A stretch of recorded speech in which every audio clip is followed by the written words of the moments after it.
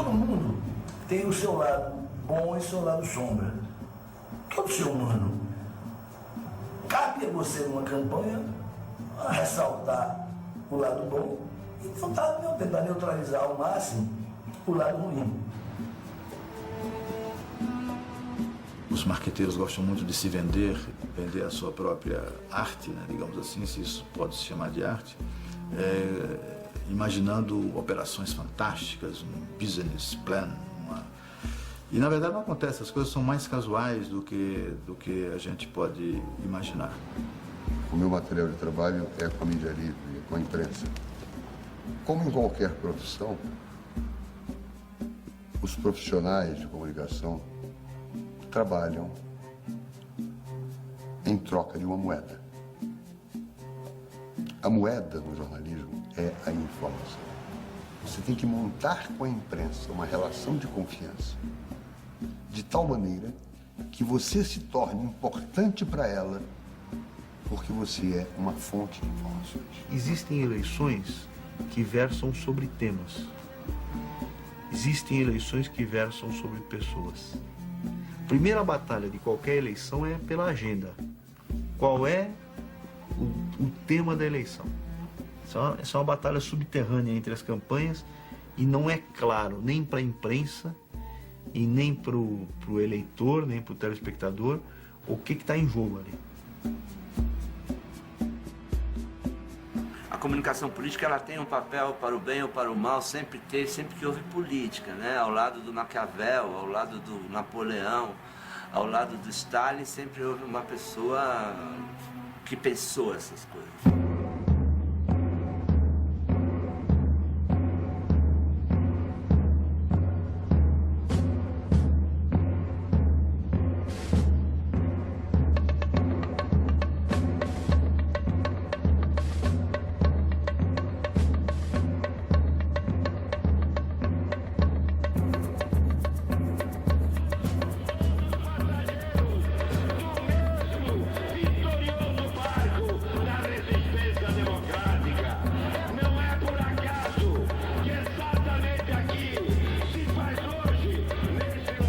Quando você vai para uma campanha eleitoral, você tem que encarar a campanha eleitoral como um enfrentamento político de concorrentes e não de inimigos. Política não é a continuação da guerra por outros meios. Política, ela não pretende eliminar o outro lado, ela pretende ganhar. Política tem que ser hegemônica, não no sentido da destruição. No Brasil é selva completa. A campanha presidencial é absolutamente selvagem. Não há limite, não há escrúpulo. Política é um jogo estratégico, é um jogo sem regras. Então, quando o que se chama hoje de marketing político, né? Quando o jornalismo e quando a publicidade chegam à política em várias etapas, e nessa etapa que nós estamos vivendo, que se chama de marketing político, ela chega e se exige dela uma sofisticação muito maior. Então isso se chama marketing político, é a adaptação à linguagem que não nasceu na política, mas se a política não acompanha, ela não consegue disputar a atenção da opinião pública com os meios de comunicação, com a publicidade.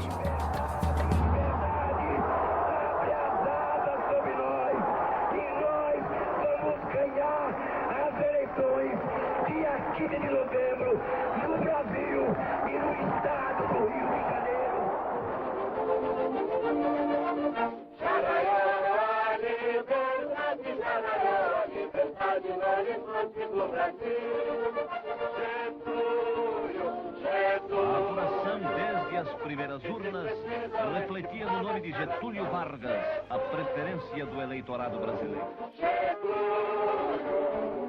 Tu és a glória e a esperança do Brasil.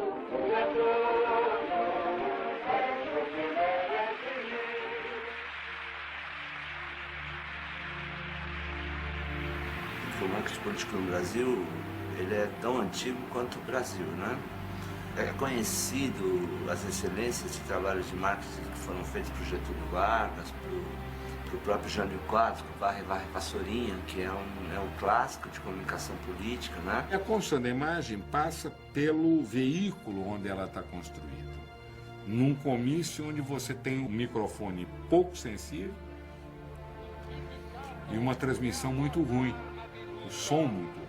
Então você tem que falar devagar e dar as pausas. Povo brasileiro, estamos aqui mais uma vez. Ou seja, adequação ao veículo. Então, do Getúlio Vargas a Lula é apenas uma adequação à linguagem do meio.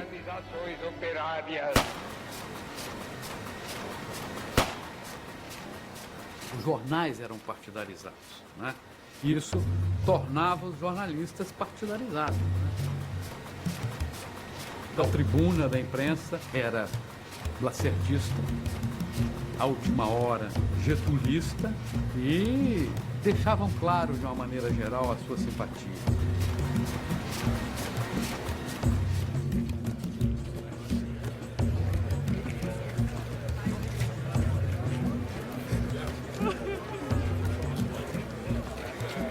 Eu queria perguntar a Gregório Fortunato, como chefe da guarda pessoal do ex-presidente, a quem ele devia direta e imediatamente obediência nessas funções.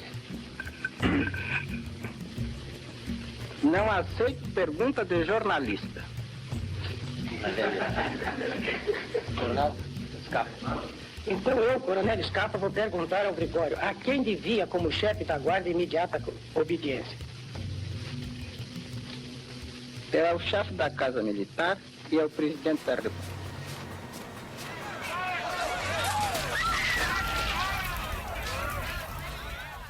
Nesta época, três fatores, três atividades, digamos assim, podiam ser considerados o carro-chefe das campanhas. O primeiro deles era a ação do candidato, a presença dele através dos comícios. O segundo ponto era uma assessoria, vamos dizer assim, de imprensa, notadamente do rádio. Grandes políticos usaram rádio com uma competência enorme, para destacar dois, o Brizola mesmo, né, o Lacerda, para falar um pouco aí da geração que vem como referência a minha geração. E a linguagem do rádio é uma linguagem forte, é uma linguagem onde se grita, onde se fala alto. Nós da UDN e vós do PCD, vós não representais mais os PCDistas odientos de 1954. A outra coisa, que era também muito comum, era a formação de grupos simpatizantes que tomam, como se fosse hoje, diretórios e comitês locais, regionais, que tomavam conta da campanha. Eu me elegi vereador e deputado no Rio Grande do Sul. A tradição normal era não gastar nada na campanha. Não tinha nenhuma figura dessa que você falava, que na época não tinha espaço de rádio, nem espaço de televisão, não tinha nada disso. Então, não se sabia o que era marketing político, coisa que valha. A campanha era campanha.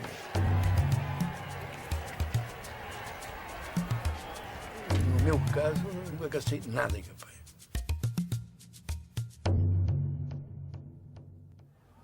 Se a gente pegar as biografias de políticos, os livros sobre campanhas, os livros de um modo geral, eles são silenciosos em relação ao uso do dinheiro nas campanhas eleitorais, né?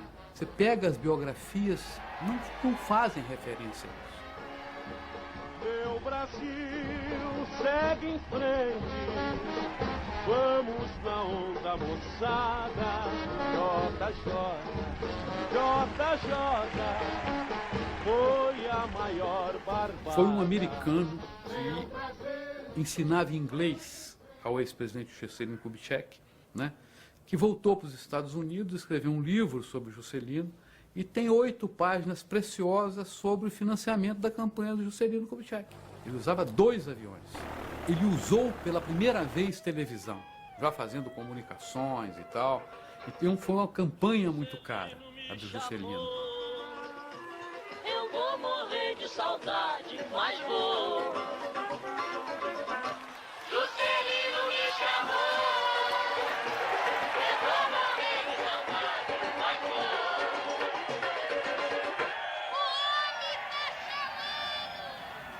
A sociedade nunca aceitou que a democracia brasileira custa caro. E que a democracia custa caro no Brasil e custa caro em qualquer país. A eleição é uma coisa cara. O Brasil é um país continental, geograficamente complicado de você alcançar, porque é muito grande e tem muita gente. E as concentrações existem naquelas capitais, mas você tem espraiado aí pelos interiores de uma maneira geral um contingente formidável de pessoas. Não é barato você chegar a cada canto desse. As reformas de estrutura que sejam capazes de alterar o quadro de miséria e de subdesenvolvimento que há neste país. Peço ao povo para dizer não. A televisão introduz um mundo novo, não apenas nos meios de comunicação, mas na política, porque muda completamente o tipo de linguagem. Quem dominou no Brasil bem a televisão, de políticos, foi o Jânio Quadros, que tinha consciência e diz isso, escreve isso. Comprometido seu prestígio por um rol consternador de escândalos oficiais. A televisão não tem nenhuma culpa disso. Ela apenas ampliou o que o Jânio fazia. Um profissional chegou um dia e disse: ô Jânio, estou fazendo hipotético, não houve isso, mas Jânio, teu discurso tem que ser isso. Você é um homem limpo, mãos limpas, sério, e vai varre, vassourinha, vou varrer a desonestidade. Varre, vassourinha, varre a bandalheira. O povo já está cansado de sofrer dessa maneira. Jânio Quadros, a esperança desse povo abandonado. Jânio Quadros, presidente, nossa gente vai jangar. É Jango, é Jango, é o João Goulart. Você que está vendo que o parlamentarismo não funciona, compareça dia 6 de março e não. Fora em partes, a sua mais sentida e justa reivindicação, aquela que dará um pedaço de terra própria para ele trabalhar, um pedaço de terra para ele cultivar.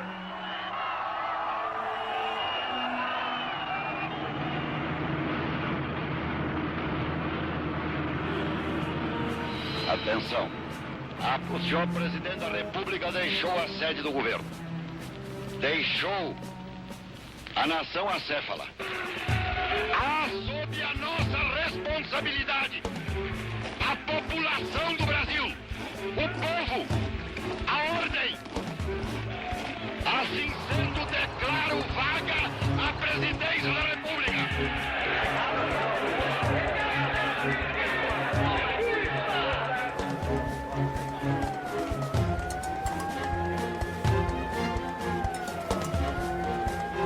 Declaro impostado na presidência da República dos Estados Unidos do Brasil, Sua Excelência, o senhor Humberto de Alencar Castelo Branco.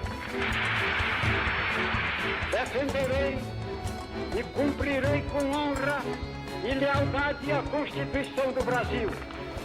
Caminharemos para a frente com a segurança de que o remédio para os malefícios da extrema esquerda não será o nascimento de uma direita reacionária.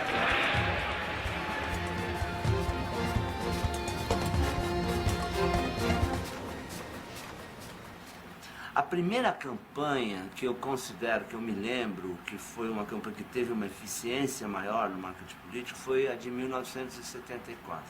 Foi quando havia televisão.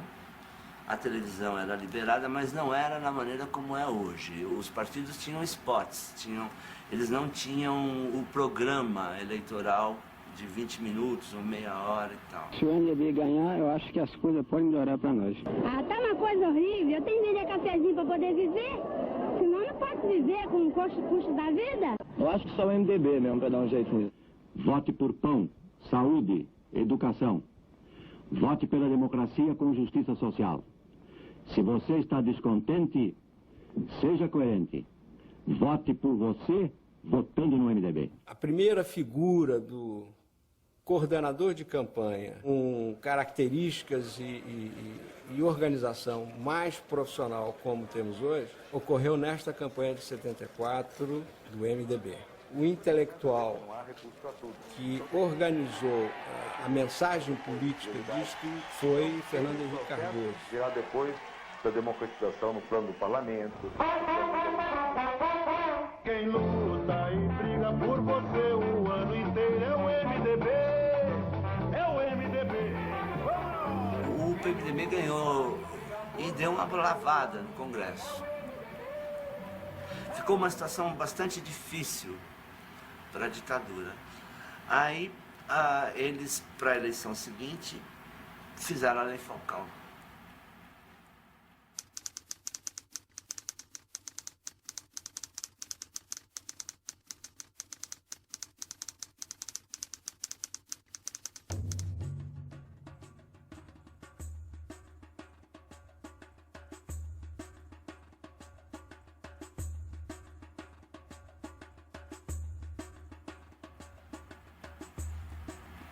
Nós fizemos uma estreia que era o currículo do PMDB, com 300 fotos, 5 minutos. Era um negócio bastante impressionante, meio feliniano, né? Porque imagina 300 candidatos, tem de todo tipo, né? E eu passando os candidatos assim, lentamente, tudo em fundo branco, uma coisa agoniante até. E o Montoro, em off, falava PMDB, como se fosse um currículo. A passagem da ditadura para a democracia é o nosso PMDB. Eu não tenho dúvida nenhuma de que com Lula ou sem Lula, sem diretoria ou sem diretoria, sem comissão ou com comissão, vocês sairão vencedores dessa luta. Não podemos nos esquecer que durante a ditadura, o general Golbery do Couto e Silva trabalhou muito bem para que se organizasse um partido dos trabalhadores. Tanto é que Brizola costumava dizer que Golbery conseguiu fazer do PT a esquerda que a direita gosta. Ao pedido do governo, nós vamos voltar a trabalhar! Eu saí do PCdoB para vir para o PT.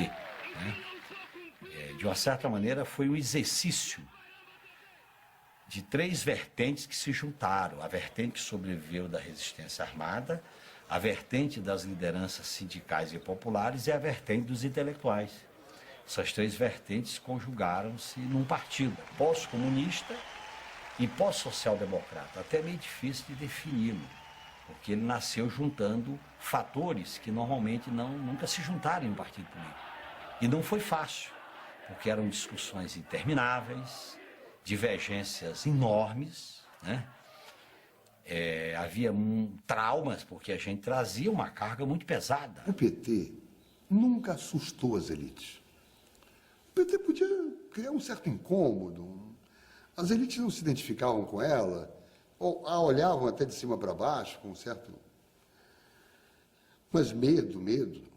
Quem ameaçava era o Brizola.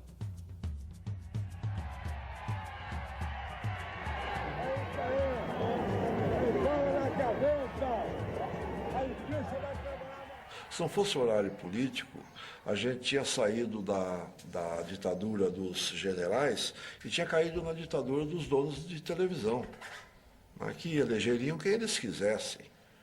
Né? Então, o horário político... Como é que o Brizola ganhou a eleição no Rio de Janeiro? Né? Ele ganhou a eleição no Rio de Janeiro em cima dessa democratização.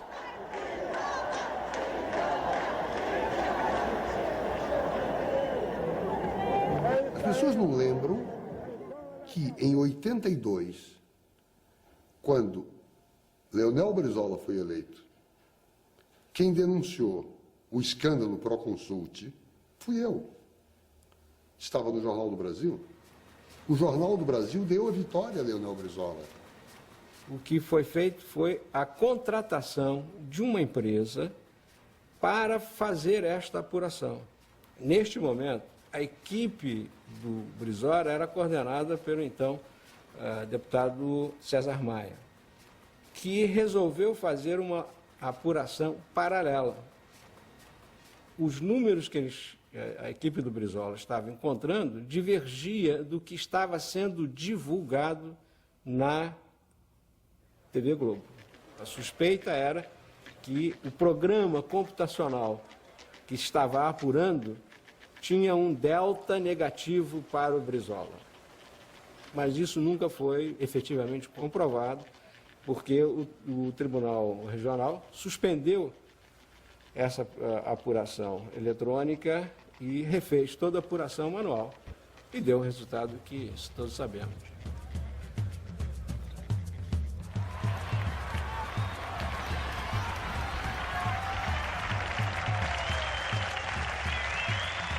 Nós não tínhamos mais os censores, mas tínhamos que entender algumas coisas que nos proibiam a partir de... Não era uma coisa, não era... O doutor Roberto disse não faça isso, a família... Era um pouco a crosta de censura que tinha lá dentro.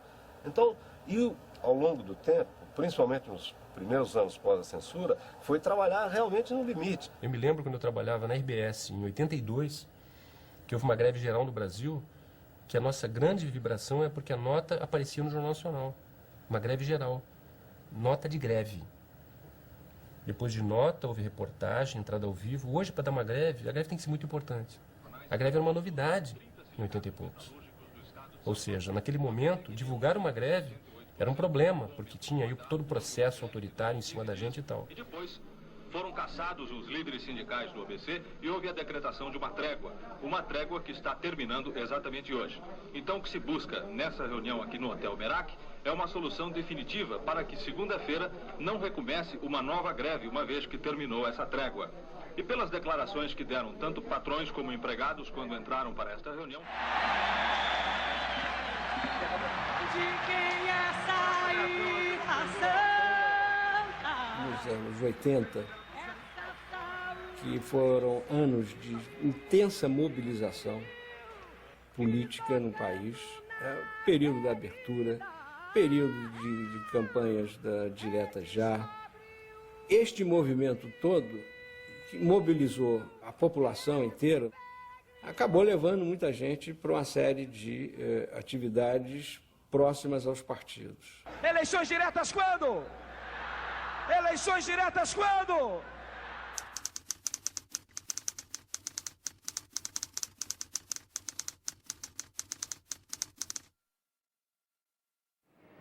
Evidentemente, num momento como esse, em que a força da opinião pública, não podendo se manifestar através de eleição direta, teve que ser transformada num instrumento de pressão para o eleitor do colégio eleitoral, a televisão é um instrumento que vai levar o colégio eleitoral à nação.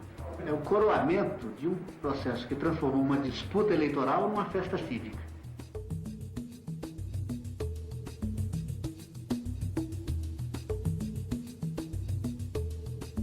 Aqui me referir a tudo aquilo que a imprensa já se referiu.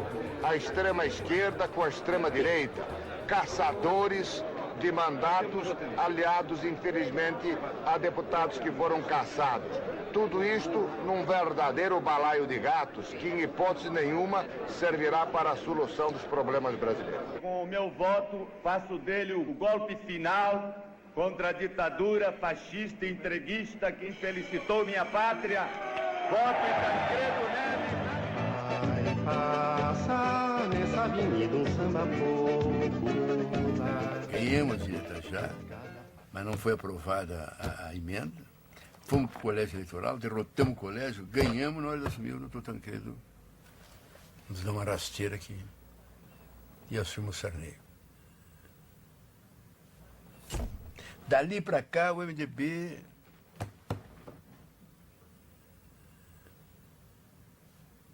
Cada brasileiro ou brasileira. Doravante, 1.000 cruzeiros. Passa a valer um cruzado. O governo não tem em vista nenhum plano de congelamento. Responda rapidinho. Quanto custa agora uma caixa de fósforos? Caixa de fósforo? 20 cruzados. Quanto? 20 cruzados. 20? 10 cruzados. 10 cruzados, senhor? 50 cruzados.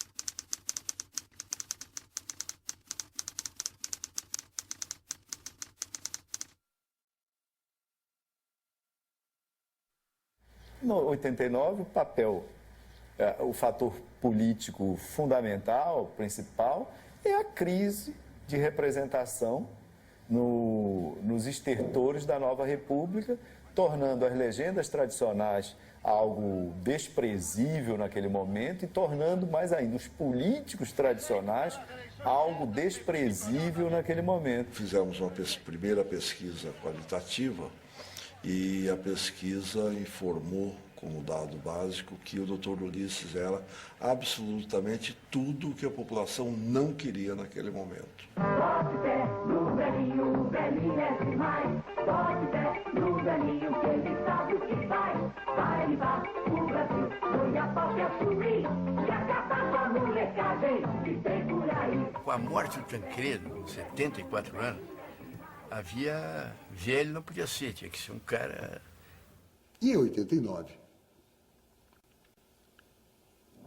todas as elites brasileiras que puderam influir nas empresas de comunicação e podem fazê-lo através do peso dos seus anúncios, através do poder econômico que têm, influíram para evitar que o Brizola fosse eleito. Se o Leonel Brizola for eleito presidente desse país, eu vou chegar lá de serrote. Eu vou serrar uma perna desse modelo econômico. Esse modelo econômico está podre.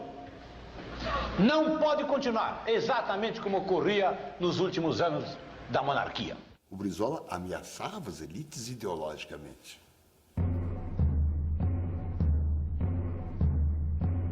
Começa hoje, aqui e agora, uma caminhada.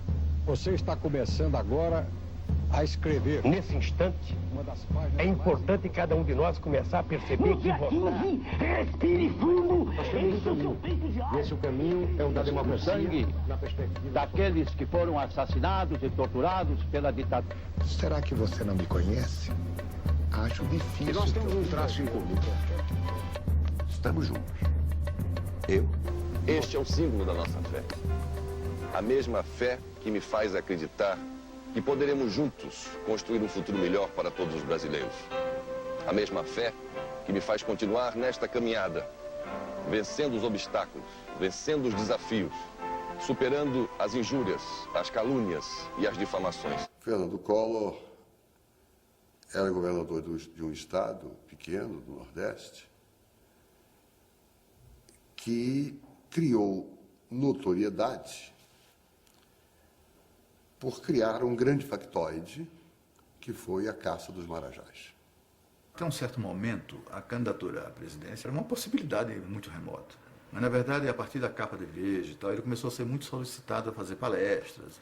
E eu cuidava dessa agenda externa, digamos assim, né, ao governo de Alagoas. Ele me dava ali uma semana por mês, em cada 3, ele me dava uma semana, e eu administrava aquela agenda. Quando esse factoide, que era uma coisa isolada lá de Alagoas,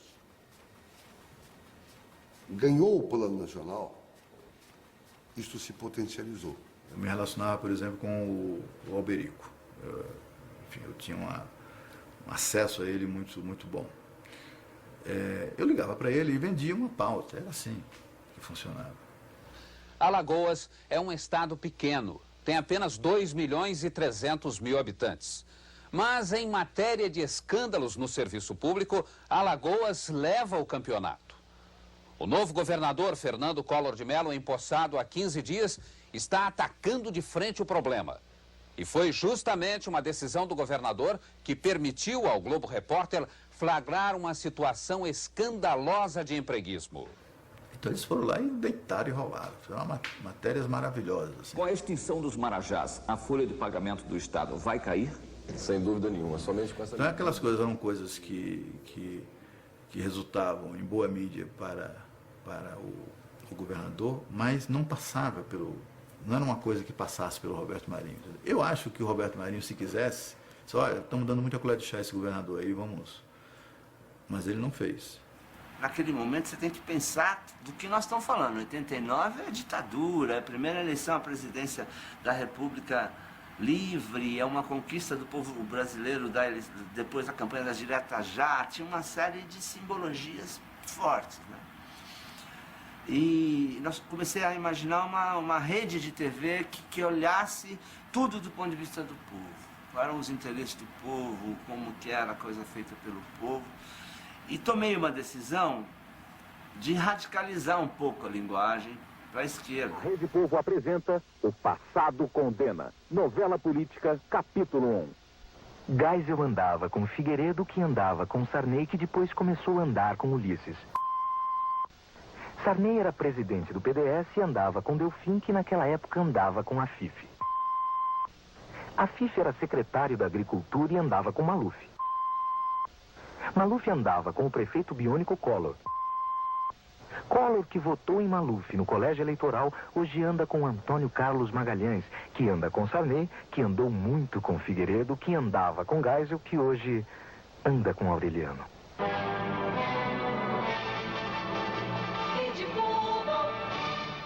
O povo surgiu na minha casa, eu estava comentando com um amigo que nós íamos fazer uma televisão idêntica que se praticava no Brasil e copiamos toda a padronização visual da Globo. Um jornalismo do jeito que o povo gosta. No Povo de Ouro, as músicas que vão tomar conta da campanha eleitoral. E a gente brincava entre nós, já que é para escolher um adversário, vamos escolher logo o principal, que é a Globo, que naquele momento tinha uma postura muito diferente do que ela tem hoje. Ela era muito mais radical para o lado de lá. E o que é que a gente tentava fazer? A gente fazia assim, um programa que fosse atraente. A gente tentava fazer uma coisa com uma linguagem meio de Globo Repórter, misturado com o Fantástico, sabe? E a gente tentava fazer programas que fossem atraentes para o telespectador. Na eleição do primeiro turno, o doutor Ulisses fez 3%. 3%. O Covas, o doutor Aureliano, o Afif, o Maluf, meu Deus do céu, perderam para o Lula e para o Collor. O Collor que a Globo tinha inventado, o caçador de Marajá. Quando o Brizola perdeu no primeiro turno do Lula, o Collor já estava com meio caminho andado. Ele já era um ungido das elites. E é evidente que entre o Collor e o Lula, eles preferiam ficar com o Collor. Embora o Collor não tivesse sido uma invenção deles. Àquela altura, se as elites pudessem inventar alguém, o nome mais confiável das elites em 89 era o Mário Covas. Só que ele não tinha sustentação popular de votos. Quem tinha era o Collor. E por isso eles fizeram a aposta no Collor. Era a aposta do possível, não era a aposta do ideal. A gente pegou todo mundo de surpresa, né? O jingle nosso virou um hino, né? Virou um hino nacional. Então, nós começamos a criar um pânico na direita, porque nós tínhamos pesquisas que mostravam assim que 80% do eleitorado do Collor preferiu o nosso programa. O Brasil criança na alegria de te abraçar. Lula lá, com sinceridade. Lula lá, com toda certeza pra você. Meu primeiro voto pra fazer brilha a nossa estrela.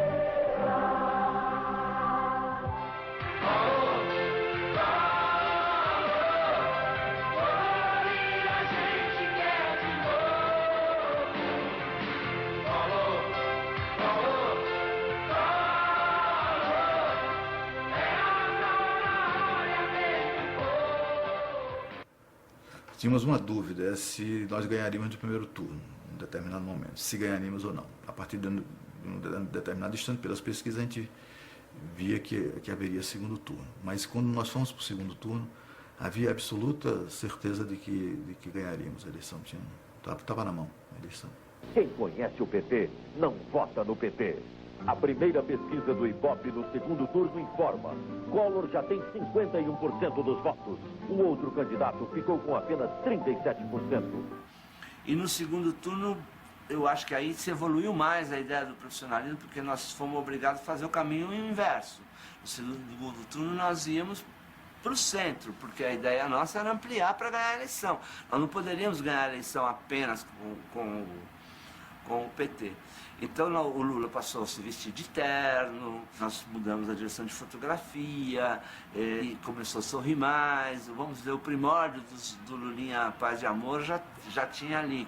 Dia 17, quem votou em Brizola terá que votar em Lula para presidente.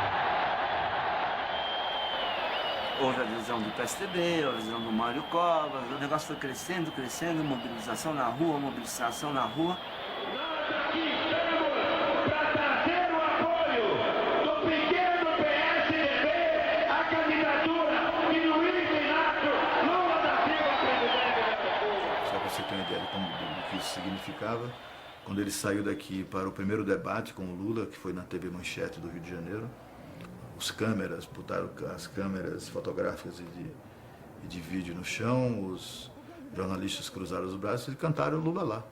Enquanto fizeram um corredor, enquanto a gente passava, eles ficaram cantando Lula lá.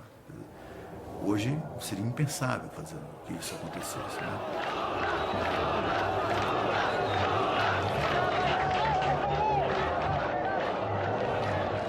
O candidato pretende demonstrar que as suas propostas para resolver a questão econômica e a crise social, as propostas que ele apresentou à nação através do seu programa de governo social-democrata, são as melhores propostas para o país. O candidato Fernando Collor vai, no que depender dele, tentar elevar o nível de discussão política no debate.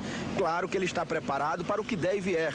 Se houver canelada de lá, terá canelada de cá. Mas nós esperamos que o debate seja levado para o alto nível, para a discussão política e programática. Me informaram que havia uma oferta de gravação de uma senhora, Mília Cordeiro, que seria mãe de uma filha fora do casamento dele, que ela queria gravar.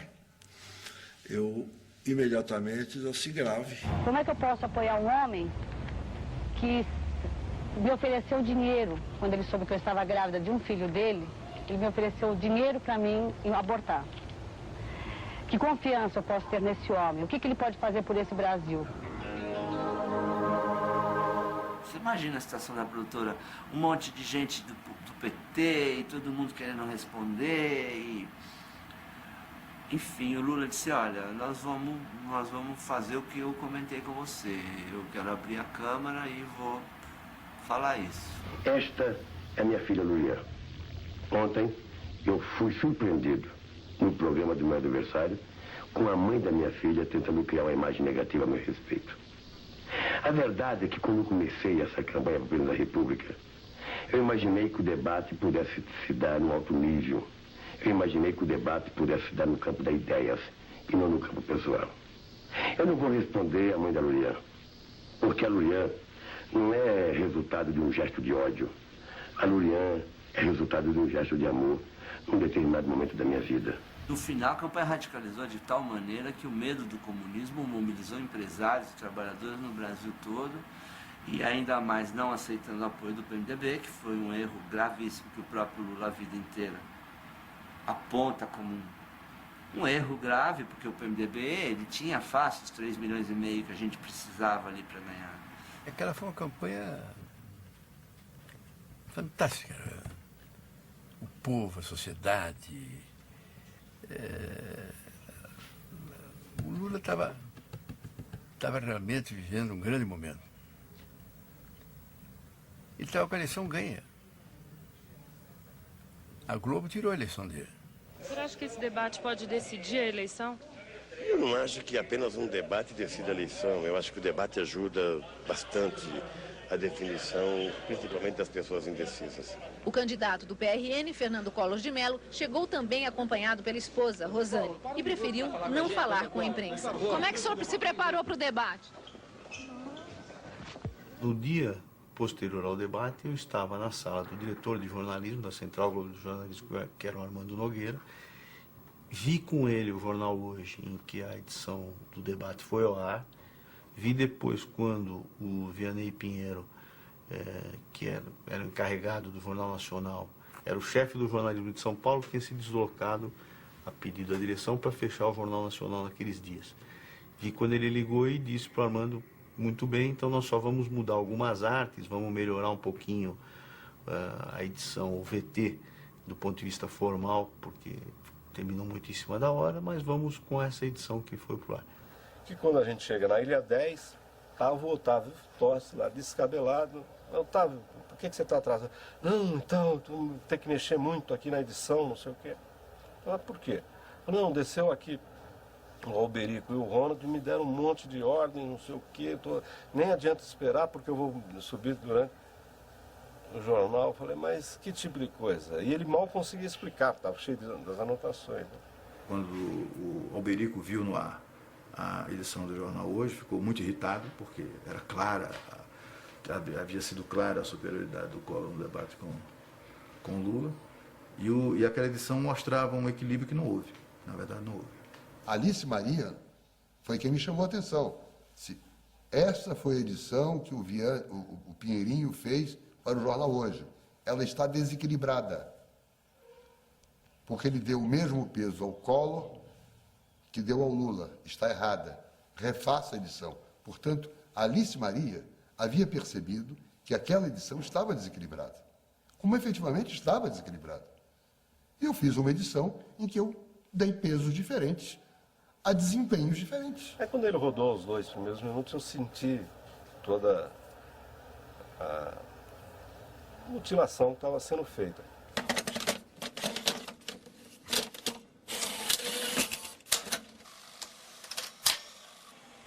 A campanha eleitoral do segundo turno teve seu momento mais importante na noite de ontem.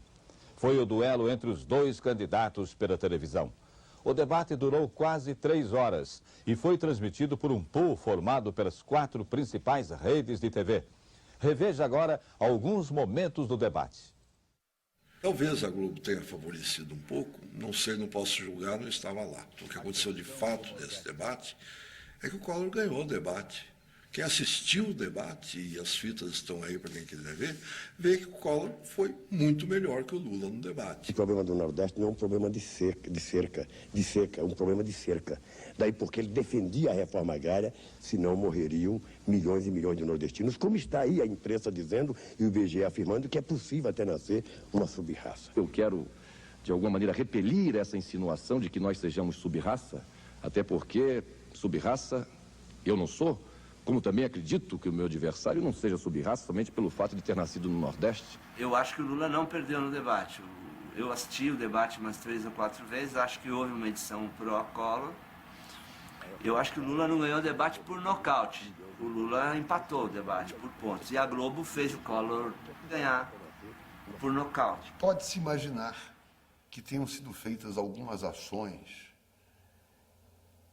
com a intenção fraudulenta de mudar o resultado da eleição. Não. Não se esqueça que cada organização jornalística tem as suas redações. É muito difícil você controlar uma redação se você está na prática de um ato fraudulento. Esse fato vaza. Ele se transforma em escândalo nacional, isso desmoraliza a instituição. Isso tem que ser feito, não estou dizendo que não seja feito, mas quando é feito, tem que ser feito com sutileza, com habilidade, por mim, com cuidado. Do outro lado, está uma candidatura que esposa teses estranhas ao nosso meio, teses marxistas, teses estatizantes, teses que não primam pelos princípios democráticos consagrados na nova Carta Constitucional. E nós fomos para uma reunião no Rio com o Armando dizendo que era inadmissível, que o jornalismo da Globo não podia aceitar isso, que se desgastar, que todos nós lutávamos todo dia para fazer um jornalismo de boa qualidade, isento, apartidário, etc., e que aquilo era, que o que tinha acontecido era inadmissível. É claro que o processo de 89, ele teve uma reavaliação por parte da emissora, do jornalismo, claro que teve. Agora, o que se viu, qual foi o nosso erro naquele processo? Foi mexer num fato que vem movido pela paixão. Essa foi a nossa avaliação. O que a gente devia ter feito ali era não ter feito um resumo do debate. Esse foi o erro.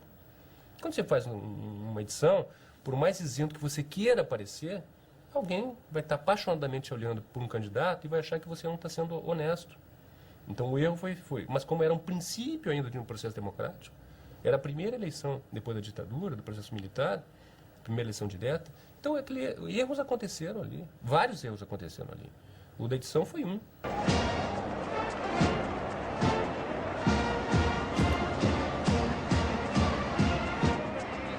O presidente Sarney colocou a faixa no presidente Collor. Ambos trocaram um longo aperto de mão.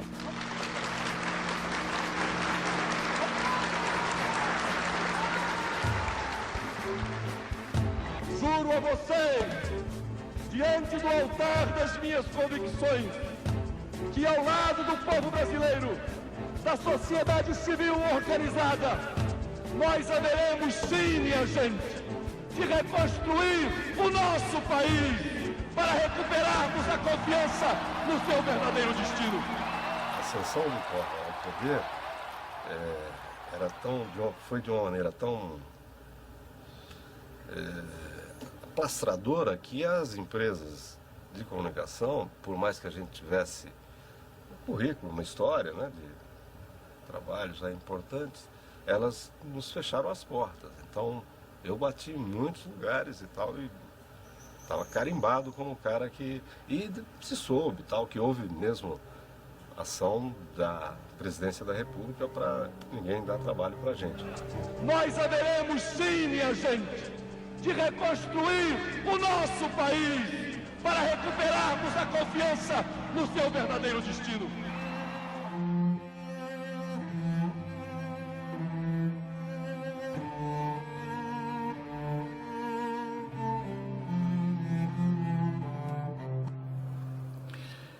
A partir de um determinado momento, o patronato, que era francamente entusiasta do Collor, deixou de ser um empecilho, digamos assim, para que os jornalistas pudessem exercer na plenitude a sua profissão. Eu acho que o patronato meio que desiste do Collor quando ele começa a tomar algumas medidas que podem ter irritado essas pessoas. Mas quando começou a campanha do impeachment, o que houve de manipulação de informação, de forçada de barra, de ficção, isso aí pega o pessoal de Brasília que cobriu a campanha na época, lá chegou uma hora que você olhava e falava, eu não sei onde está a bandidagem, não sei de que lado que está. Eu pulei fora da campanha. O famoso apresentador Dan Harder, da rede CBS, tratou da decisão da Câmara e disse que o presidente Collor é acusado de se apropriar de milhões de dólares. Na rede ABC, a reportagem começa dizendo que Collor começou como se fosse o John Kennedy brasileiro, mas acabou como Richard Nixon. Diz que tudo começou com o irmão, conta a tragédia da mãe, e o senador Fernando Henrique Cardoso diz que é tudo uma mistura de novela com drama de Shakespeare.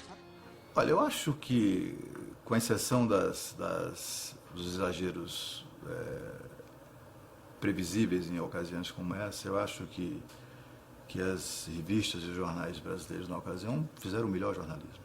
Eu tenho dúvida disso, assim, com a experiência de quem foi porta-voz de um presidente que acabou sofrendo o processo de impeachment e com a experiência de jornalista que hoje está fazendo jornalismo, quer dizer, não tem compromisso algum com grupos políticos nem nada.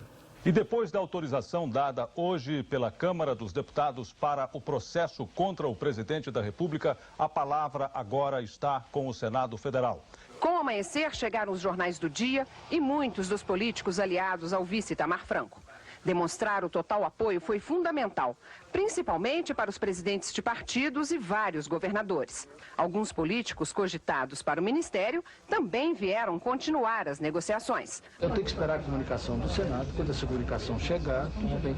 Até lá, nós temos que obedecer toda a norma constitucional. Ao anoitecer, com o placar pró-impeachment favorável, vários políticos começaram a chegar. O senador Pedro Simon veio abraçar o amigo e planejar o amanhã. Essa questão da moralidade, essa questão da impunidade não termina hoje. Nós temos a obrigação de ver no governo do Itamar o que ele vai fazer para que essas coisas não se repitam.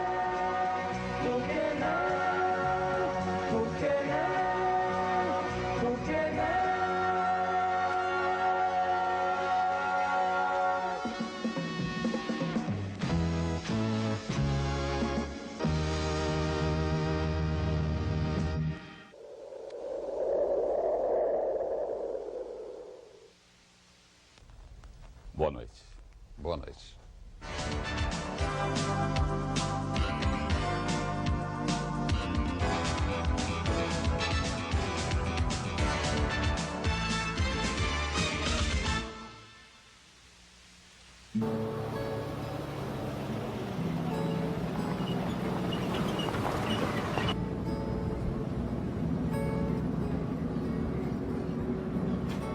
O PT fez uma das pré-campanhas mais bonitas da história das eleições e não pôde mostrar para o eleitorado, que foi antes da eleição de 94, as caravanas da cidadania.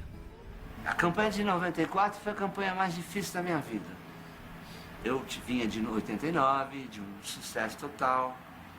Eu era apaixonado pelo Lula, meu amigo, pessoa que eu gostava.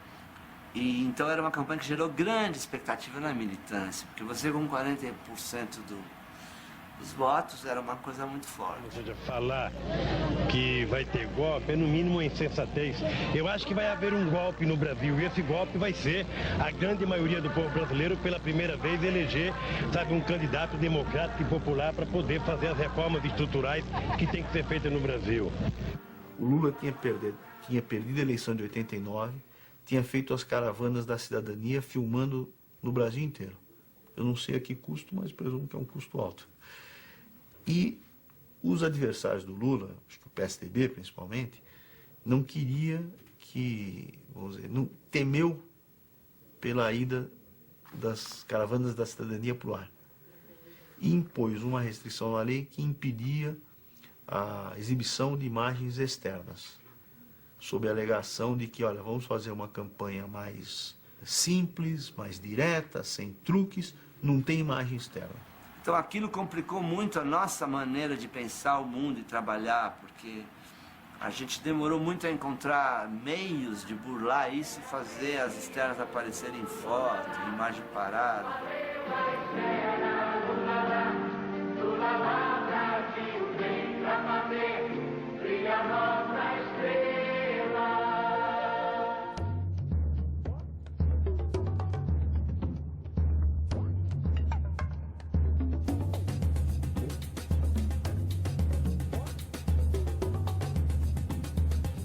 A campanha de Fernando Henrique foi uma campanha, digamos assim, que tinha um desafio básico, que era colocar um intelectual empedernido, paulistão como ele, com cara de povo, né? Tá na sua mão, na minha mão, na mão da gente, fazer de Fernando Henrique nosso presidente.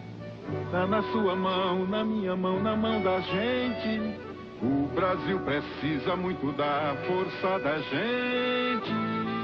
E o Nizam, que teve saques fantásticos ao longo da campanha. E aquele simbolismo, a linguagem da mão, do aperto de mão, né, foi recolhido exatamente da observação, das pesquisas que nós fizemos em diversos estados, exatamente para prever um enfrentamento de uma figura carismática popular, que era quem? O Lula, na época. E que tinha uma coisa notável na campanha dele. Quem não se lembra do Lula, lá brilha uma estrela. Era uma coisa espetacular. Aí o Fernando Henrique saiu do Ministério da Fazenda para ser candidato, lançou o Plano Real no Ministério da Fazenda. E eu fui em junho, eu fui para a campanha em julho, quase meio de julho, começo de agosto.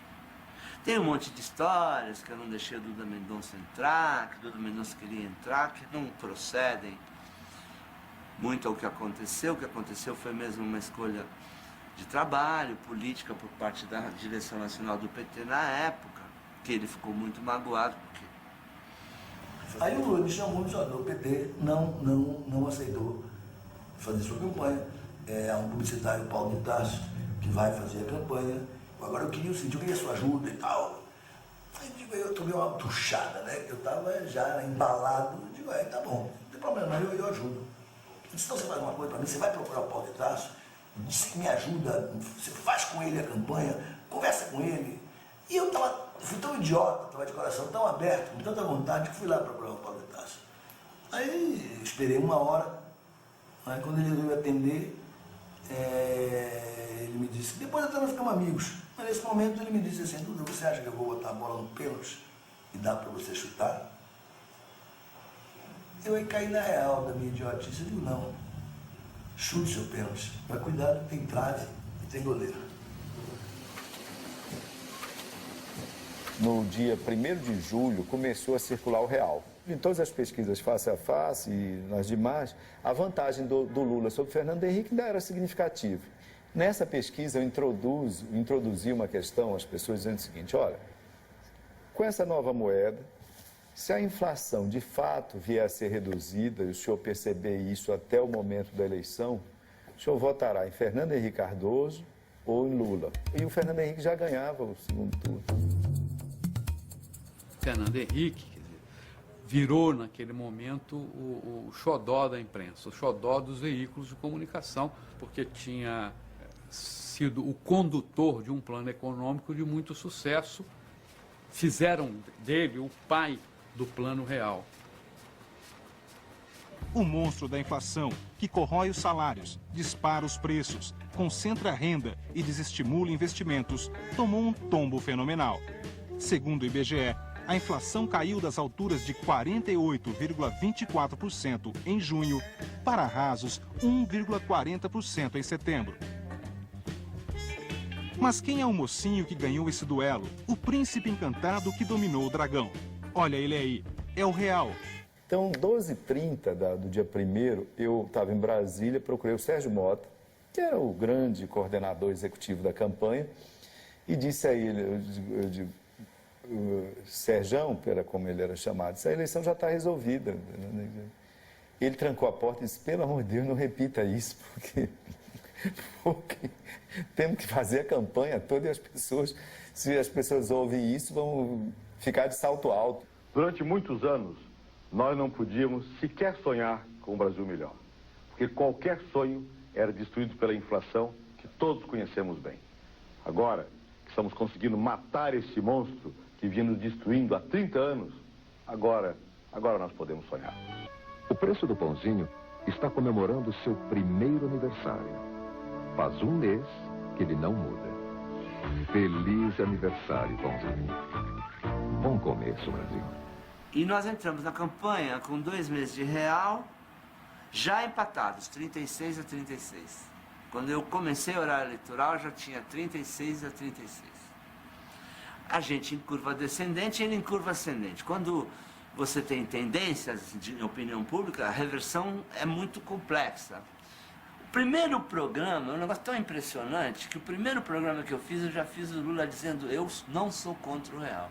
Eu vou fazer o real mais social, o real voltado para mais pessoas. Estão dizendo agora que nós vamos acabar com o real.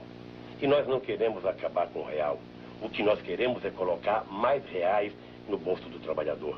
Porque não basta moeda forte, é preciso salário forte também. Conclusão, teve credibilidade zero, porque já estava rolando no meio do povo que o Lula ia acabar com o real. Era um pouco isso, o Lula vai voltar a inflação, vai acabar com o real. Por mais que a gente na televisão falasse que não, passava um sentimento de que aquilo ali na mão do PT não ia rodar, e era uma esperança do povo ter o dinheiro, a estabilidade, dinheiro estável, e como todo mundo sabe, que a inflação é um imposto antipopular, que acaba com o povo, etc. Tem político que está com medo de falar do real. Não sabe se fala bem, não sabe se fala mal, porque tem medo de perder voto. Todos os candidatos estão apoiando o Plano Real, menos eu. Alguns, como Lula, ficam em cima do muro. A posição do governador Leonel Brizola foi contra o plano antes e continua contra. Porque sabe, como diz o povo, quem tenta colocar um pé em cada canoa acaba caindo na água. E eu estou vendo pessoas que foram do governo até ontem e que não fizeram nada a não ser prejudicar o povo, dizendo que a partir de agora vão melhorar a vida do povo.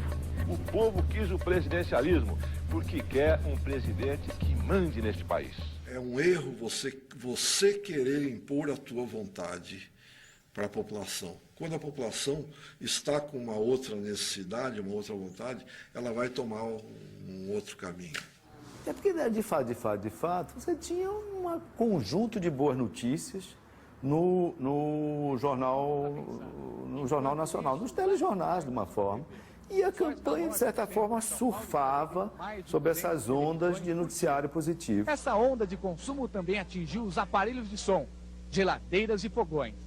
A venda destes produtos aumentou 25% desde que a nova moeda entrou em circulação. Eu te pergunto, que comportamento uma emissora com a importância da Globo deveria ter diante de um fato de tamanha transcendência que é um plano econômico como foi o Plano Real? Não tem como você não dar tudo que a Globo deu. E tem como você esconder que foi o ministro tal, que foi o Fernando Henrique? Óbvio que todos os louros ali caíram para ele, não tinha outro jeito. Eu costumo perguntar o seguinte, quem foi o pai do Cruzeiro? Alguém se lembra da moeda Cruzeiro? Né? Alguém se lembra que era o ministro da Fazenda, do Getúlio? Né? Não, ninguém se lembra. Né? No entanto, foi aquele ministro da Fazenda, que eu agora, no momento, não me lembro. Mas a paternidade da criação do Cruzeiro foi do Getúlio, foi do presidente, né? Que aprova as decisões que os economistas tomam, que o ministro da Fazenda tomou. Mas no caso do Fernando Henrique foi tudo planejado, ele virou o pai do Real e não o presidente Itamar Franco, que aceitou implantar aquela decisão. Isso é um indicador claro da simpatia, de como foi construída a candidatura dele, milimetricamente calculada e com o apoio da imprensa. De novo, para segurar o Lula. Boa noite. As eleições passaram e a nossa tarefa é demonstrar que o discurso político que tentou tirar a confiança do povo no Plano Real, acusando de ser um plano eleitoreiro, nada tem a ver com a realidade. Essa é a primeira vez que falo em rede nacional de televisão para todo o país, desde que assumi o Ministério da Fazenda há um mês. E venho para reafirmar com toda a confiança que o Plano Real vai bem. E como vimos, está vencendo sem arranhões os discursos mais inflamados e demagógicos daqueles que apostavam no seu fracasso. Aí você pergunta, se fosse você ganhava? Não sei. Muito difícil de julgar coisas do passado. Mas, depois de conversando com o Lula, acho que foi a melhor coisa que aconteceu para ele. Ele mesmo disse, não era o momento dele ainda. Ele não estava maduro naquele momento para ganhar aquela eleição. Uma coisa eu entendi, é que a esquerda nunca teve um programa de estabilidade econômica que ela se responsabilizasse o que tivesse funcionado no mundo inteiro. Não era valor para eles, para nenhum daqueles intelectuais, nem para os candidatos, nem para ninguém. O valor fundamental da esquerda era a distribuição de renda, a igualdade entre as pessoas. No pós-94 eu fiquei um ano deprimido de andar na sarjeta, assim, de achar que eu fiz tudo errado, que o Brasil foi prejudicado por mim. Eu diria para você que o povo em 94 votou de maneira correta. Mas eu poder decidir isso dentro de mim, interiormente, levou um certo tempo até eu aceitar. Tanto que depois eu fui trabalhar com o Fernando Henrique com o coração limpo.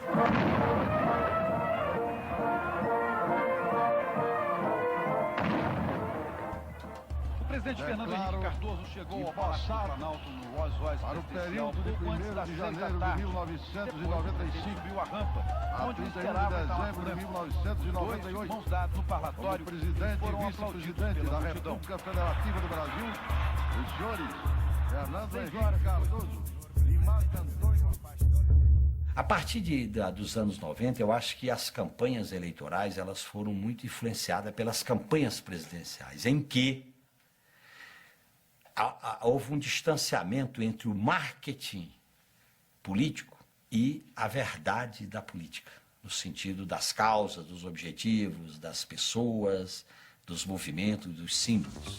Precisão, sincronismo, uma engrenagem perfeita, cada peça cumprindo a sua função. É assim que a máquina da prefeitura tem funcionado nos últimos 3 anos e meio. Por isso conseguiu ser tão eficiente. Mas atenção, na hora da reposição, use somente peças originais. Vote 11. Vote Pita. Todo mundo sabia que o grande sonho do Maluf era ser presidente da República. E aí eu disse, só tem uma coisa para o senhor dizer. Eu tenho uma ideia. Agora é uma ideia que depende. Eu não conheço o Pita, o senhor conhece ele. Se o senhor aposta que ele será um grande prefeito, Então tem um comercial aqui que vai ser uma bomba. Ele foi meu secretário de Finanças e meu braço direito. É um homem sério, preparado, trabalhador. Nele eu confio e por ele eu garanto. Veja bem, garanto tanto que peço a vocês, votem no Pita. E se ele não for um grande prefeito, nunca mais votem em mim. E olhe, que daqui a 2 anos pretendo ser candidato a governador ou a presidente. E aí então vou precisar muito do seu voto e do seu apoio. Na hora que foi pro ar, e ele disse aqui, foi uma bomba. O Pita subiu acho que 8 pontos e a gente ganhou a campanha, né? Uma campanha dificílima, 1%. O pessoal na época preconceituoso, disse, fazer campanha em São Paulo do negro, carioca, né, com 1% não ganha nunca. O Lula Mendonça disse que ele gosta de trabalhar nas campanhas eleitorais com pesquisas quantitativas e qualitativas feitas diariamente. Isso é um sintoma que muito dificilmente, de um político que age assim, vai nascer um grande líder. O marketing político te cria a ilusão que você sempre pode reconstruir a realidade no dia de amanhã e com isso voltar a ser competitivo. Quando isso é um jogo perigoso, um jogo de vida ou morte. Toda vez que o candidato é de médio para bom, ele tem uma chance muito grande de ser reeleito.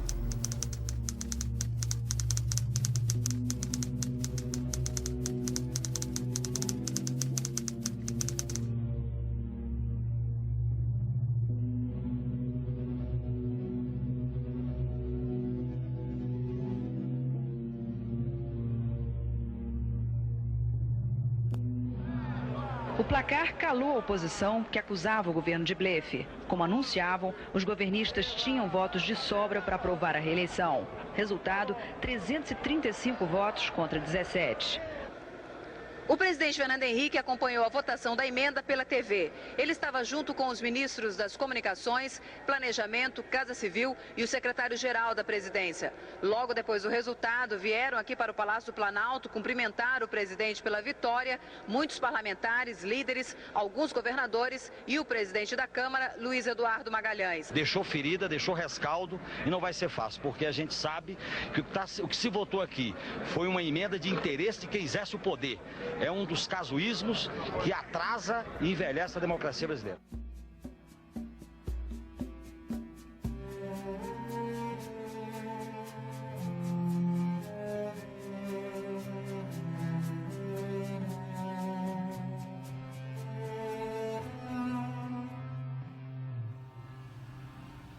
Quando você passou a emenda da reeleição e foi permitido que estar no poder, né, enquanto também fazia campanha, isso para mim é uma delícia. Eu confesso a você que eu acho que o razoável seria o quê? Seria que pode reeleição? Pode, mas o cara se afasta ali 6 meses para usar menos, ou usar minimamente a máquina, porque todos usam. O pessoal que cuidou da campanha de Fernando Henrique, que era o Nizam acabou pilotando, tomou uma decisão estratégica importante, tipo assim, não vou arriscar, não vou entrar em nenhuma trilha que eu não conheça, né? Foi conservador. Agora, mais do que nunca, a gente precisa de um comandante experiente e sereno, um pulso firme para conduzir o país da gente. Avança Brasil. Fernando Henrique, presidente. E fez bem sendo assim, porque apenas evitou, ou conseguiu sair de certos ataques mais ásperos que o opositor de então, que era Lula, fez. Você já parou para pensar por que o presidente argentino quer tanta reeleição do presidente Fernando Henrique Cardoso?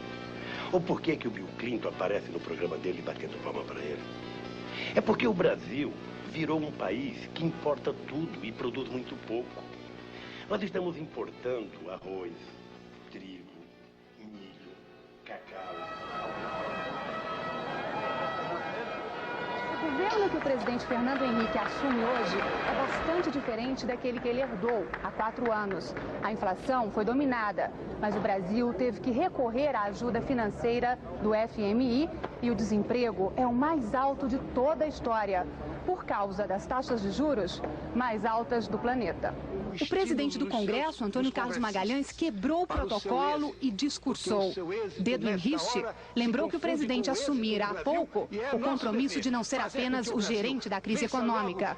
Prometeu apoio do Congresso para ajudá-lo a superar a crise. É nosso dever fazer com que o Brasil vença logo esses problemas, essas crises, e entremos numa fase de desenvolvimento. No dia da posse do primeiro presidente reeleito da história do Brasil, a última palavra foi do Congresso.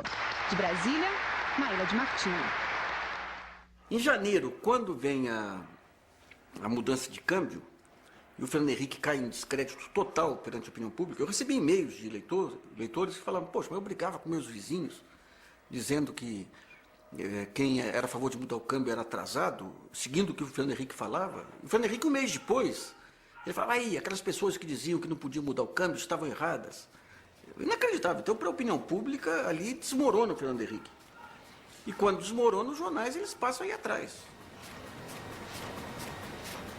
Quando se tentou aquela CPI do fim do mundo lá, aquela CPI das CPIs, o episódio Caimã, o episódio Chico Lopes, né? Quando a ACM saiu, acho que foi a época, acho que o Augusto Nunes fez uma entrevista lá, essa entrevista é tão importante quanto a do Pedro Collor, induzindo a derrubar o Fernando Henrique, né?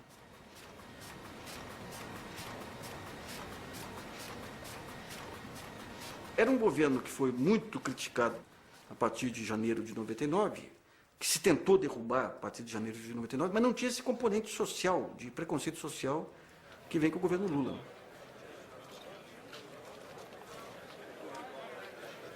Em 2002 a gente tinha um programa, tinha uma aliança correto e era necessário para ganhar. E tinha um bom marketing necessário para ganhar. Isso tudo foi correto para ganhar. Sem isso a gente não ganharia. A gente começou, no começo, com algumas resistências. O PT achava que eu ia escolher, o PT tinha uma visão que eu ia esconder o vermelho e ia esconder a estrela.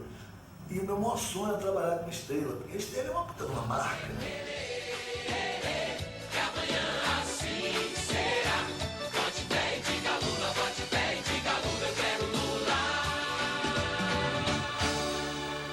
Coisa de dizer que eu transformei o Lula no Lulinha Paz e Amor. Na verdade, assim, o Lula entendeu, isso o Maluf também entendeu, é o seguinte, as pessoas não querem isso, você batendo nos outros na televisão falando mal, elas querem proposta.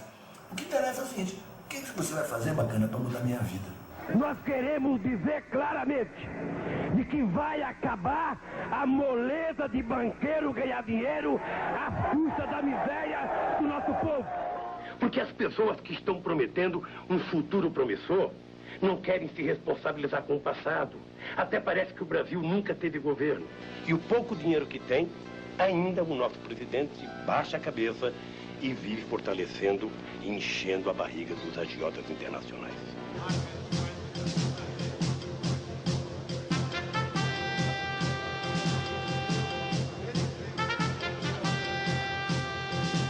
Atenção, Brasil. Começa agora o programa Lula Presidente. Boa noite, Brasil. Começa agora o nosso primeiro programa do horário eleitoral. E eu faço questão, antes de qualquer coisa, de agradecer a minha equipe. Comecei desde o primeiro dia trabalhando no segundo turno, ou seja, tentando quebrar a resistência daqueles que queriam uma mudança, mas tinham medo de votar no Lula. Então cabia a nós quebrar aquela resistência. Então a gente foi em cima desse público o tempo inteiro.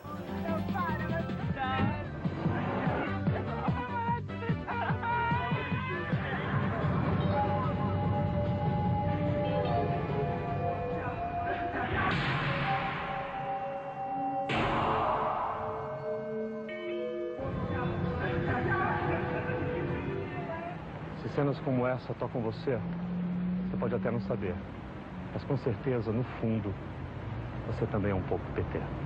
Qual seria a diferença de um governo meu em relação ao governo do presidente Fernando Henrique? Para ser bem objetivo, a resposta é simples.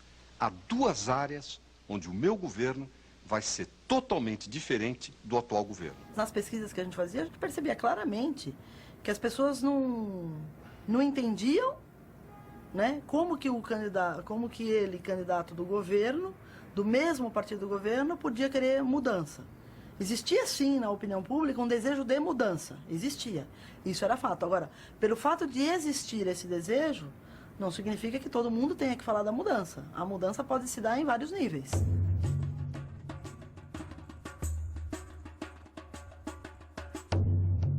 A nossa campanha teve a necessidade de fazer campanha negativa em relação a Ciro Gomes, logo na largada da campanha. A escolha daquele momento também foi fundamental.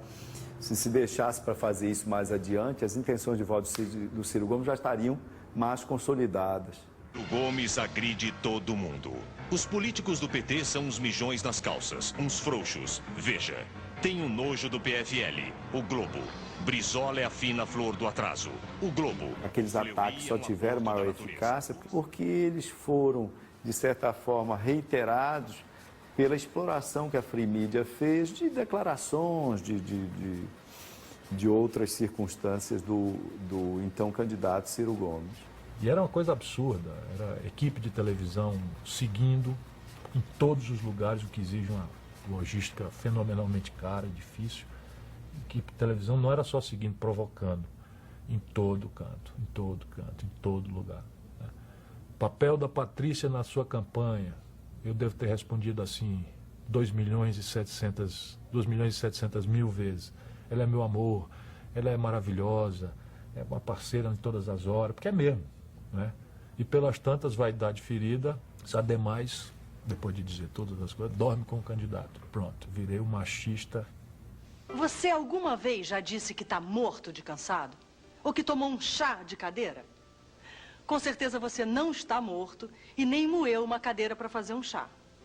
Pois é, o Ciro é como eu e como você.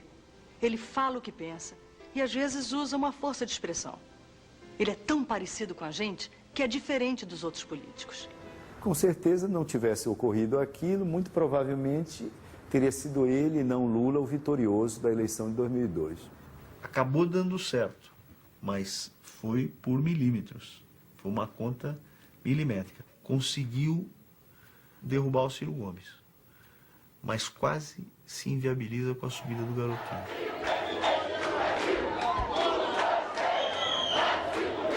Eu luto sempre para que o meu candidato não entre nesse jogo, mas às vezes é muito difícil. Eles chegam no final, quando eles veem se aproximar a data e eles veem a chance clara de derrota, aí começa aquela turma, mas tem que bater, e ele acha que é batendo que vai aumentar as suas chances. E ele é um grande engano. Isso é um discurso falso, um discurso mentirosinho, digamos assim, dos marqueteiros. Quando o cara ataca, perde, não tem nada disso. Quando o ataque é bem feito, é certeiro, ele desmonta, indiscutivelmente ele desmonta. Tô com medo. Faz tempo que eu não tinha esse sentimento. Porque eu sinto que o Brasil, nessa eleição, corre o risco de perder toda a estabilidade que já foi conquistada. Eu procurei o pessoal do Lula e pedi para vir aqui fazer esse depoimento. Para dizer o quanto eu tô chocada com o uso do terrorismo, com o uso do medo, numa campanha para presidente da República do meu país. Na minha opinião, para o Serra, a eleição de 2002 não era uma eleição de tema, era uma eleição de pessoa.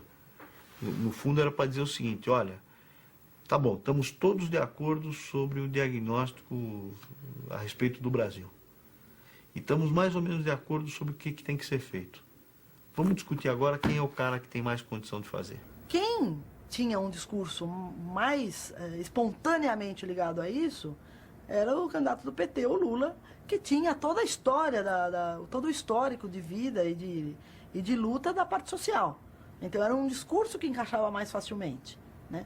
Então não adianta um outro candidato também querer usar esse mesmo discurso, se não é um discurso natural. Zé Serra, presidente, trabalho pra gente. O nome da mudança é emprego. E o homem para fazer essa mudança é José Serra. Existia uma fala no plano de educação, onde tinha um texto que ele vinha falando, depois levava para um ponto e ele dizia assim, vou investir muito na educação, porque eu não quero que ninguém nunca diga a seu filho que ele não pode ser presidente porque não se estudou. Isso aí, quando ele leu, eu disse, não, isso eu não digo. Eu digo, diz. E vamos embora conversar, porque está na hora de ver o seguinte, olha, você me chamou para lhe eleger. Não é isso? Então, vocês já fizeram 3 campanhas, as 3, e perderam. Então, nós estamos indo bem. Agora confia no meu taco, amigo. Eu acho que as pessoas têm que ver você como gente, tem que ver o ser humano, o que é que tem aí dentro desse coração. Isso é importante você botar pra fora. Aí ele gravou. Olha, quando ele chegou no final, eu já vi que ele travou os olhos cheios. Quando ele acabou de gravar, o estúdio inteiro ficou parado assim. Quando eu digo corta, aí o pessoal. Ele olhou assim, você é um filho da puta.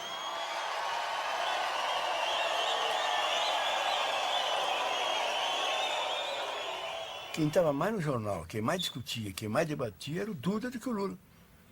O Duda que explicava o que era o Lulinha Paz e Amor. O Duda que explicava por que ele estava mudando, tirar da barba que era da antiga, fazendo um estilo diferente. Por que ele estava botando uma roupa? Ele disse, não, o Lula é um candidato a presidente da República. Ele tem que se vestir normalmente. Nenhum cidadão vai votar no Lula para presidente da República vestido de operário. Quer dizer, o presidente da República, o cara quer uma presidente da República. Quem explicava tudo isso era o Duda. O Lula chegava lá na hora e falava meia dúzia de coisas. O marqueteiro se tornou uma figura pública. E isso tem tudo a ver com a maneira high profile com que o Duda atuava e atua nas campanhas que ele fez. Ele foi trazendo para si o holofote. A própria revista Veja, que fez uma matéria contra o cosmeticismo na eleição, tem outra matéria do passado, que é o Nizam e o Duda abraçados na capa. Toda vez que alguém diz assim, não, vamos impedir que fulano use emocionalmente a televisão. Nós estamos dizendo o seguinte, que quem está assistindo televisão é bobo. É trouxa, que vai se deixar iludir. Ah, não, mas aquele comercial das grávidas, do Duda Mendonça, bom, tá aí. Quantas pessoas acreditaram? Foi por isso que o Lula ganhou a eleição? É evidente que não foi. Você não pode escolher se seu filho será menino ou menina. Não pode escolher a sua altura, nem a cor dos seus olhos. Muito menos o que ele vai ser quando crescer. Mas uma coisa você pode escolher.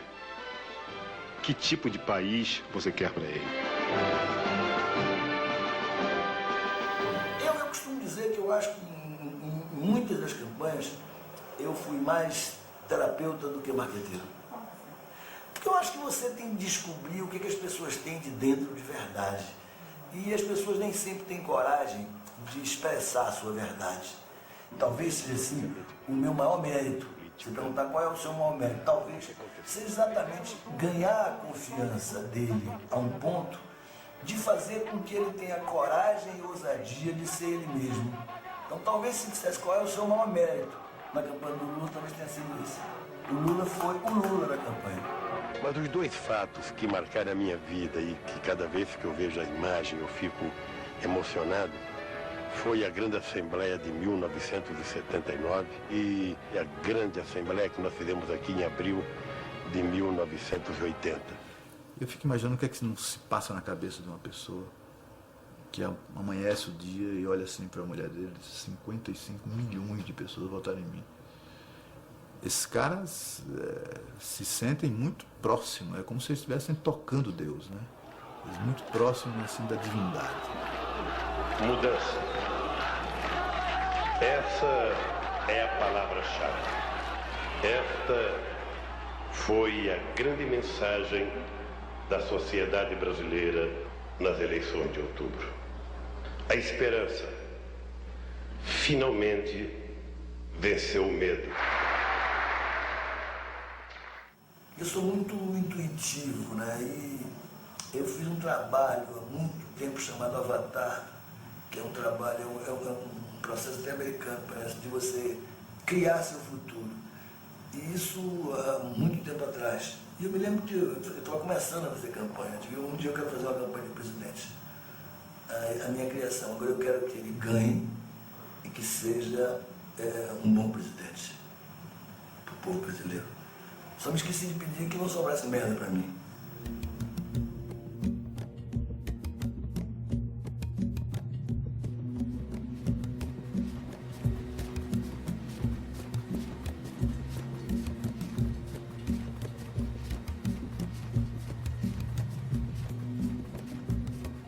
Lembro uma entrevista que eu fiz com o Collor anos depois dele ter caído. Ele falou, olha, a pior coisa que eu fiz foi ter extinto o SNI. Porque quando começaram a estourar escândalo, estourava em lugar que eu nem via. Nem sabia que Ele tinha os esquemas dele, mas ele não tinha esse controle. Né? Agora você imagina um partido grande que nem o PT, chegando pela primeira vez ao poder, com todo aquele processo de aparelhamento do poder, e de repente você vê Valério e outros frequentando o Palácio.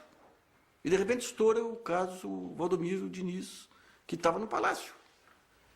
Ali naquela semana eu tive uma conversa com o ministro Tarso Genro, falei, ministro, vem uma campanha por aí que vai ser mais intensa que a campanha do impeachment.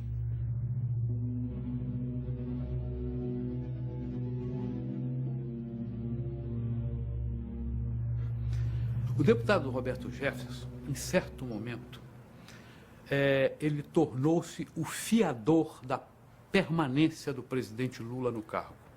No Conselho de Ética da Câmara, Jefferson deu vários nomes de colegas que teriam recebido dinheiro do empresário Marcos Valério e admitiu que recebeu 4 milhões de reais para o financiamento de campanhas de seu partido. O então ministro-chefe da Casa Civil, José Dirceu, não foi poupado. José Dirceu, se você não sair daí rápido, você vai fazer réu um homem inocente que é o presidente Lula. Se o Roberto Jefferson, em algum momento, diz assim, não, eu acho que o presidente Lula podia saber. Pronto. Né? O caixão do Lula estava encomendado. Estou consciente da gravidade da crise política. Ela compromete todo o sistema partidário brasileiro. Em 1980, no início da redemocratização, decidi criar um partido novo, que viesse para mudar as práticas políticas, moralizá-las e tornar cada vez mais limpa a disputa eleitoral do nosso país.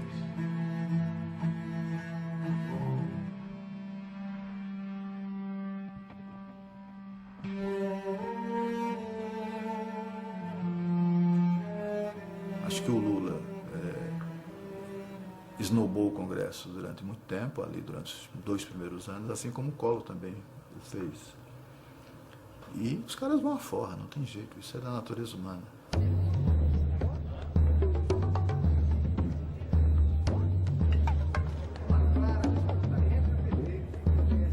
O Congresso não é o Congresso dos sonhos de nenhum país, né? Mas é o Congresso que nós temos. A democracia é o pior regime que pode existir, com exceção de todos os outros. Né? Quer dizer, e o Congresso é um instrumento da democracia.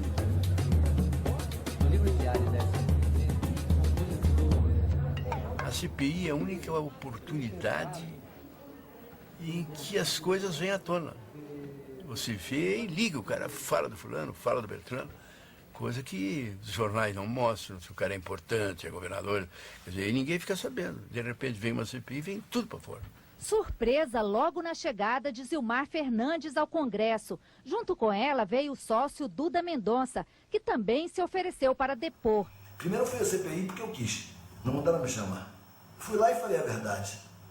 E se eu tivesse feito com a maioria das pessoas, não tinha dado nada para mim. Então eu fui numa ingenuidade de que você chegar e abrir seu coração e falar a verdade, é aquele ditado, quem fala a verdade não merece castigo. Não, quem fala merece castigo em dobro. Na verdade, esse dinheiro claramente era dinheiro pago de Caixa 2. A gente sabia disso, inclusive. Alguma vez foi colocado. Mas a gente não tinha opção. Eles disseram que receberam em dinheiro da SMPIB R$1.400.000. Além disso, cerca de 10 milhões de reais foram depositados numa conta da empresa de Duda, na agência do Banco de Boston, nas Bahamas. Ele, como empresário, um homem conhecido como um excelente profissional, ele tem uma frase incrível, que ele disse, recebi lá fora sim, agora recebi porque senão não receberia. Em alguns momentos a mídia trabalha com tese. Ela trabalha com uma vontade e uma tese, que quer que os fatos comprovem, que os fatos confirmem. Então, eu acho que ela bota, por exemplo, ela botou o PT e o governo Lula no foco. E tem uma tese. E aí o noticiário é para confirmar essa tese. Eu acho que isso, às vezes, é complicado.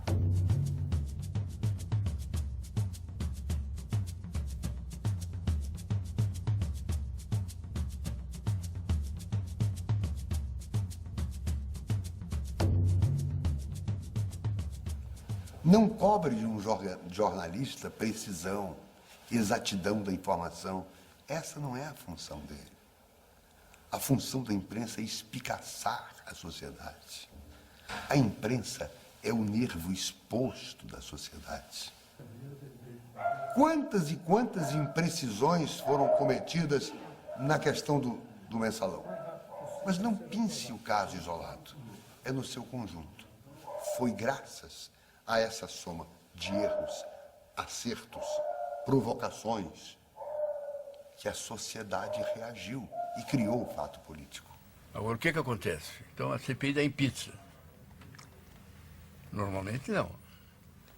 O que acontece é o seguinte, é que como a CPI ela é muito badalada, ela está no jornal toda hora, e o parlamentar discute, bate, prender, matar, não sei o quê, quem está assistindo fica na impressão de que vai todo mundo para a cadeia. E a CPI não pode botar ninguém na cadeia. O que a CPI faz é alimentar os fatos e provar os fatos. Se os fatos são graves, pode caçar o presidente da República, como caçou o Collor.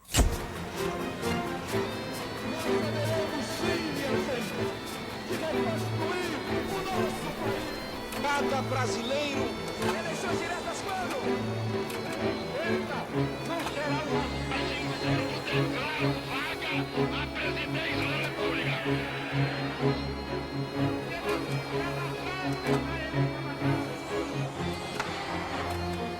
Não aceito pergunta de jornalista. O sistema te puxa e depois te repele. Eu acho que aconteceu um pouco isso com o PT. De uma certa maneira, houve ilusões, houve, vamos dizer, ingenuidades e erros, equívocos que o PT não podia cometer, porque viria o jogo, a cobrança com juro e correção monetária.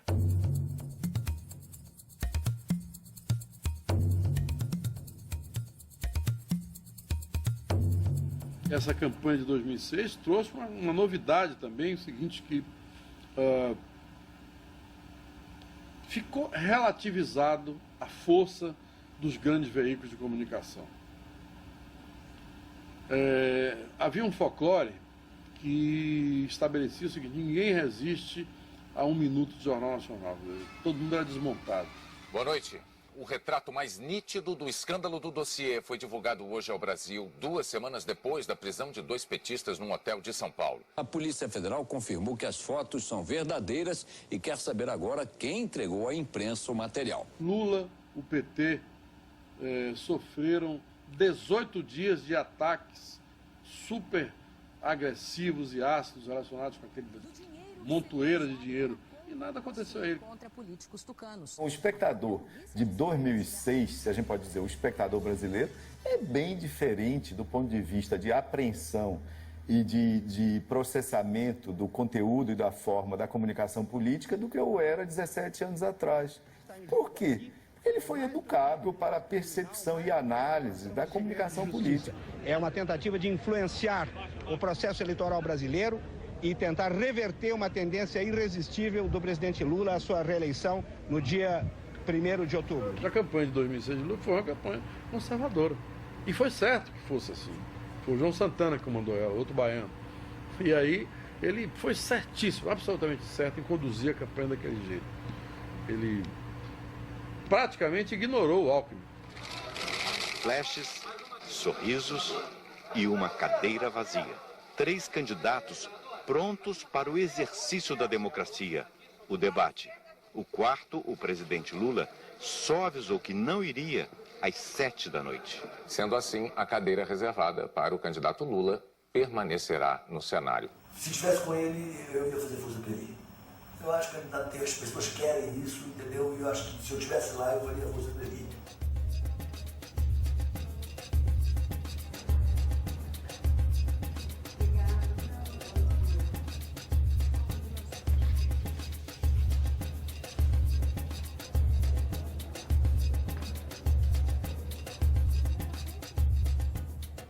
Acabou o resultado sendo muito melhor. Ele tem uma vitória no segundo turno muito mais ampla do que uma vitória apertada no primeiro turno que seria. Então eu acho que politicamente acabou sendo muito melhor. Ele foi para o segundo turno e teve uma vitória folgada, com uma maioria enorme. E se ele ganha no primeiro turno, ele ia ganhar sem uma legitimidade. Então, acho que Lula tem uma coisa muito, ele tem uma estrela muito grande. Sabe, a estrela dele é maior do que o dele. É Lula de novo, com a força do povo. É Lula de novo, com a força do povo. A chuva deu trégua e permitiu que o presidente desfilasse em carro aberto. Quando passou assinando, Lula encontrou uma esplanada dos ministérios com pouca gente, que em nada lembrou a multidão que veio para a posse em 2003.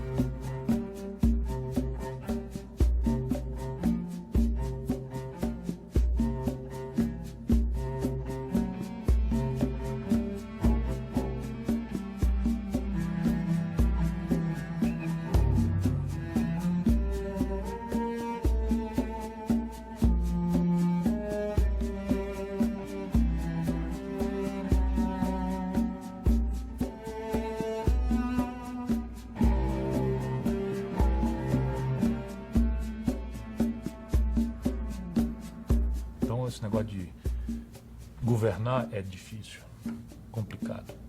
Não existe anjo. E esse negócio de escolher quem presta e quem não presta é um trabalho da população. Porque todos se mostram maravilhosamente belos. Todos. E todos são eleitos pela população. A política não é um produto. A política é uma causa, é um objetivo. Você é feito por seres humanos, é feita com alma, com razão, com paixão. O que dá as cartas são os políticos, não são os publicitários. A comunicação política pode muito, mas não pode mais do que a política. Eu tenho convicção de que expor os intestinos desses financiamentos, expor a maneira como acontece, é positivo para o cidadão brasileiro. É importante que o cidadão brasileiro saiba como são feitas suas campanhas eleitorais.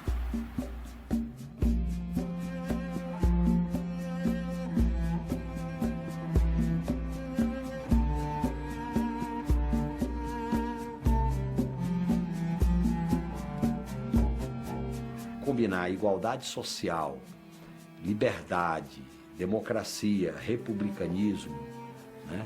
E você construir sociedades de pessoas felizes é um desafio monstruoso.